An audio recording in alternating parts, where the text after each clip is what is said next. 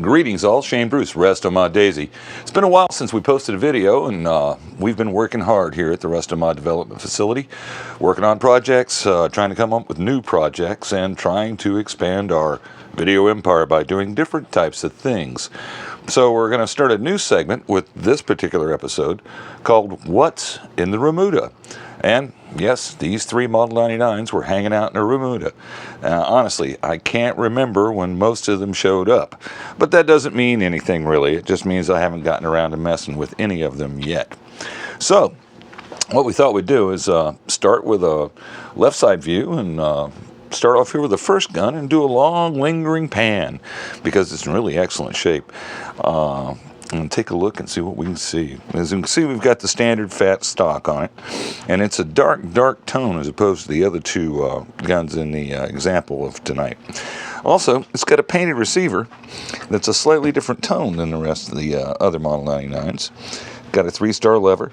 Does not have a target trigger in it, and I'm not quite sure why. It should have one. It's a Model 99. It's got the Model 99 trademark rear sight that is elevation adjustable.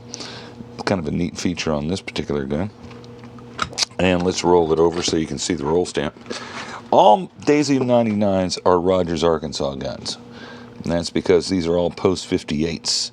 Now the wide body itself had been built by Daisy while it was in Plymouth, Michigan. The Defenders, the 140, 141s come to mind when you consider that. That was their wide body design. These guns were built as target or shooting education guns, and normally we're equipped with a little bit lower power spring than the standard Daisies. Another neat thing on this particular gun, part of the trim package I think, is the fact that the screws are all chrome plated and look quite nice. I don't know if this was something that was done aftermarket or was part of the factory gun, but it's on this weapon, along with really nicely plated sling swivels, which, as you'll see on the next two gun, is not standard. No decal on the butt, and then a pretty fat little piece of poplar.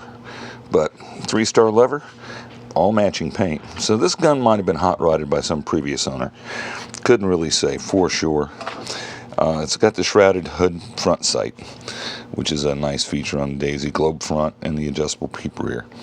So that's number one in tonight's review of what's in Remuda. Number two, now this one is a little interesting. You'll notice it's got the shooting education. It's not really a coin. It's more of a piece of foil that was stuck to the stock, but it looks nice. And when they stay put, that's a coin. Oh. But this is just a coin. I like coins. I've got weird coins like this one. I don't know why I care about zebras from Cape Town, but hey, here it is. And this is endangered species of the world. I guess we could do a commemorative. That would fit. Think about that. So anyway, it's got the official shooting education gun by Daisy label in the buttstock, which is nice. Now let's travel up here and we'll take a look at this mysterious little device. That is yet another piece of tinfoil with an emboss. And this is a characteristic of guns that were built by Daisy when the Hedden Comptometer Corporation was involved in their operation in the early 70s. And verify that, we'll roll this up to the roll stamp and take a look at it.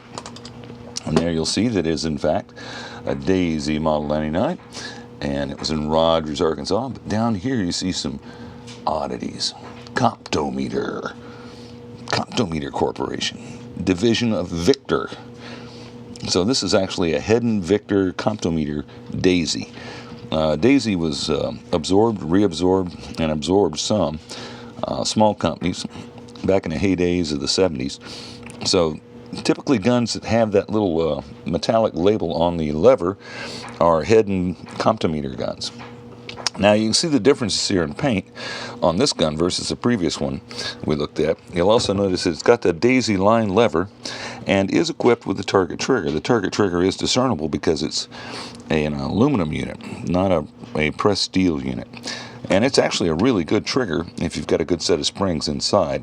That gets a little dicey sometimes. The same basic adjustable for elevation rear peep. Really neat feature. Also adjustable for windage because you've got a slot right here that allows you to shift the sight left, shift the sight right. So you can actually get the point of aim and the point of impact on one of these 99's to match up without a whole lot of trouble, unlike a modern day Red Ryder. And it's also got the shrouded peep front sight, and this one actually has an insert in it. Let's see if we can get this spun around, and you can see it's got a little post insert, which is neat. Now, there were 4 inserts you could get for the gun. A bullseye with a circle in the middle, the post insert, and 2 other designs. Now, you'll notice that on this gun also the sling swivels are basically just pieces of bent steel rod, but they're not chrome plated.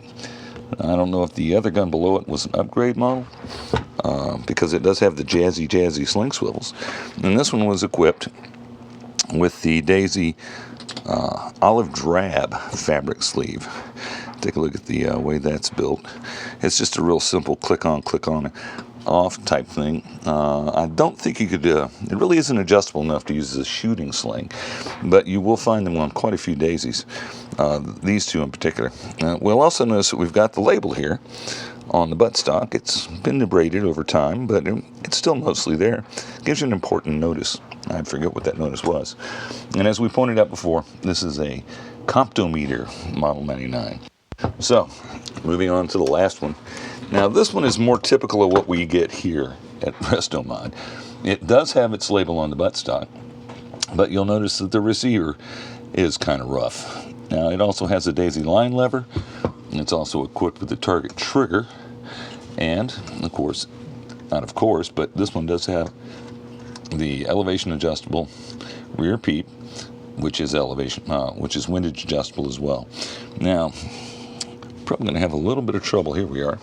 Let me get the roll stamp up and we'll see what it tells us. It tells us that it's going to be a Rogers gun. It's a Model 99, Rogers, Arkansas.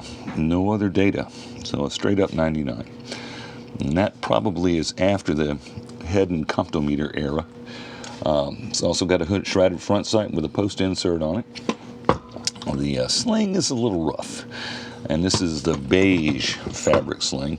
You notice that both of the slings have the same basic imprint pattern, so it's a woven product. Don't know where they source those, but you know, they basically are installed. The sling down here's also been distressed, so I don't know if this has had an oh Jesus moment or not, but somebody might have got hung up in a fence with this on his back, tried to pull himself free.